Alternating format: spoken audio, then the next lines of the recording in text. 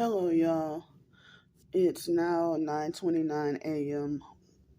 on So I already introduced the date. Yes, Friday. So what a coincidence that am I that important being targeted? Am I that important that the whole entire internet in the hotel shut down just because I made a video, and it's video that I haven't even uploaded yet? So I didn't even get to upload it yet, and the moment I got done doing the video talking about what the lady did to me, the moment I excuse me,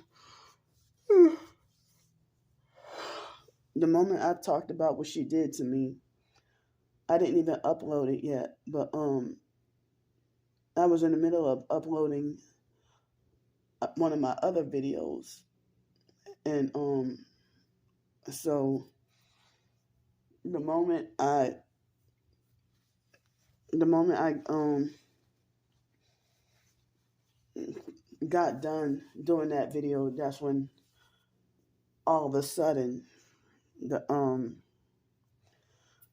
all of a sudden the internet went out, and then even this morning it was out. So I don't know if it could be the weather or if it was a coincidence, but it's like the man at the front desk, he was Indian from India. Last night the lady was white, but she acted weird and stuff. But I seen other people make complaints about her too. But this guy at the front desk right now, he's Indian from India, I think, and so he had a slight attitude when I asked about the internet. So he was, and it did look like there was a man that was fixing up the I guess trying to get the internet back up and running. But yeah, the man at the front desk got an attitude with me. When I asked him about the Wi-Fi not working. At first, I thought it was just me because wow, perfect timing. Right after I did that video, that's when boom, the internet stopped working. So I tried to use my personal phone data, and it was uploading. My videos were uploading very slow, but I can't. I'm trying to not to. I'm. That didn't come out right. I'm trying not to use that much of my phone data because it looked like I still got 20 or 21 days left. So I'm trying to stretch my phone data. So I guess there have been a couple of times or a few moments where there have been the idea that you make the whole entire community suffer behind one target, or the whole time you're making a target suffer, everybody else got to suffer too. When I was in Pensacola and staying at Hospitality Inn, I try to do the cheaper route and go get little, when I had got the donated money, and I went to try to go to I went to try to go to, what's that place, to Dollar Tree. I went to Dollar Tree to try to get food and stuff. And so they had a fake street theater thing where everybody had to suffer, and they were blocking and not allowing anybody to come into the store, all because of me. And then next thing you know, I was forced to go to fake Walmart, which is way more expensive. And my groceries didn't get to stretch me, from the donated money. When it was like the end of 2020 or the beginning of 2021 when I was staying at Hospitality Inn in Pensacola. So there was another time when I went to Taylor's Breakfast and Lunch, and I think that was the time when it was called The Egg and I, before they changed the name. And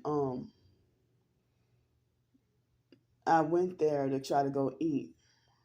And then they had people still eating in there, but they refused me and everybody behind me. They refused us serving. I mean, they refused to serve us. They refused to serve us just because of me. So they refused me and everybody else behind me, and they try to say, "Oh well, we're not serving anybody because they have a power outage or something like that." But they had people up in there eating, kind of eating in the dark, and I'm like, damn. And sometimes I wonder, am I that important? So but I can't let this video be too long because I know I still got more videos, and I got more videos, and I gotta find a different hotel to go to. I freaking suffered last night, and I had to bundle up with my big hoodie and the big coat and my sweatpants and everything.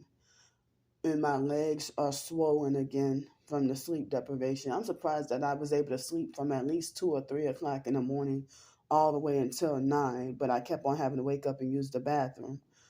And that might have been water fluid being released. So I woke up just after 9 o'clock, finally, just after 9 o'clock, and missed that breakfast. So I had just missed it. So I guess I don't know if I eat a late breakfast or just straight up eat lunch later on today. I know I ate heavy yesterday. I ate a lot yesterday, being depressed. Being very depressed, and I kind of worried for my health, but yeah, people ask me how do I keep from going insane given my situation. I do be on the verge of going crazy and losing it, but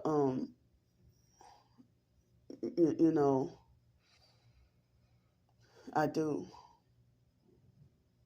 So people say, well, I don't see how you can be out there on the streets. Well, I ain't got no choice. But if you ask the online perps, they say Candy has a permanent paid vacation. Falsely accusing me of living in luxury and stuff. I can almost count on my hands how many times I went to the beach in Pensacola. I didn't even get to go all the time. I didn't even get to go like that, like I really wanted to.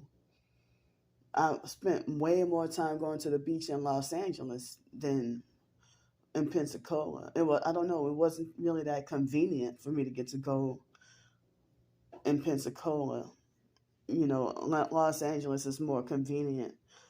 But their beaches, I don't like their beaches because Los Angeles beaches is I hate that ugly brown sand, and the beaches are dirty. Like everything is dirty. So in Pensacola, I love that beautiful sugar white sand in the pretty clear water, but the water wasn't always pretty and clear. Sometimes they had a lot of dirty seaweed and stuff. And then I hated the jellyfish in August, around Pensacola, Fort Walton Beach, Destin, and all that, But I really could care less about Wisconsin, but when I was in Milwaukee, I don't care to have to ever set foot back in there. But if I did, it would be to close my bank account. But in Pensacola, yeah, I don't care to sit after what they did to me. As much as I love the city and I love the restaurant, the food at the restaurants, but I didn't like the people. But in Pensacola, um, in Pensacola, um, you know, I feel like I never want to set foot back in Pensacola itself. And next time I want to go is for me to get my stuff out the storage unit and I'm trying to figure out how am I going to do that. So I'm out here, so I'm going to have to be paying on a storage unit in Pensacola, and while I was trying to struggle and live out here. And if I get the flexibility, I can go back down there and get all my stuff out of the storage unit. But I'm trying to figure out how, because I would have to hire a moving company, because due to them, the gang stalking and them forcing me to be sleep deprived, it would be so difficult for me to you know get you know go drive all the way down there and then back. But 10 hours doesn't seem that bad to drive, compared to 35 hours or something. But they say it's a 10-hour drive. So it's a 10-hour drive to get down to Pensacola. But if I could ever get a job and get established and get a place to live, because I would hate to not be able to afford to pay on my storage unit and all my stuff there, and then go into debt, and then I guess the storage unit being evicted or something. So so the internet here is very limited. So I am so cold. So cold. And I know that if I would have asked that lady about switching rooms, I know she would have got smart ass and disrespectful. So I was sat there and was forced to suffer. Because if she would get defensive, that would have proved right there. If we would have had a ghetto showdown of arguing back and forth or whatever, that would prove right there that she was a perp who did that on purpose. So and that's what they do, give me a bad room, and then if you make any complaints or ask for a different room, they'll give you a worse room. And then, like what happened at the Port City Motel in Mobile, Alabama, after Alex ran me out of Pensacola in 2020, that young guy, me and him had a heated argument, and I asked him to switch rooms, and he switched the room 3 times and kept giving me shitty rooms on purpose, and then called the police and wrongfully banned me from there. And all the rooms had bed bugs, and then he tried to blame it on me, and I had proof and evidence, and he knew what he was doing. A straight up scam. So I didn't come there with bed bugs. Those rooms had bed bugs. I mean, it wasn't dirt cheap for no reason, like $30 or $35 a night. So that tells you something right there. And it was off out in the middle of nowhere. Port City Motel. So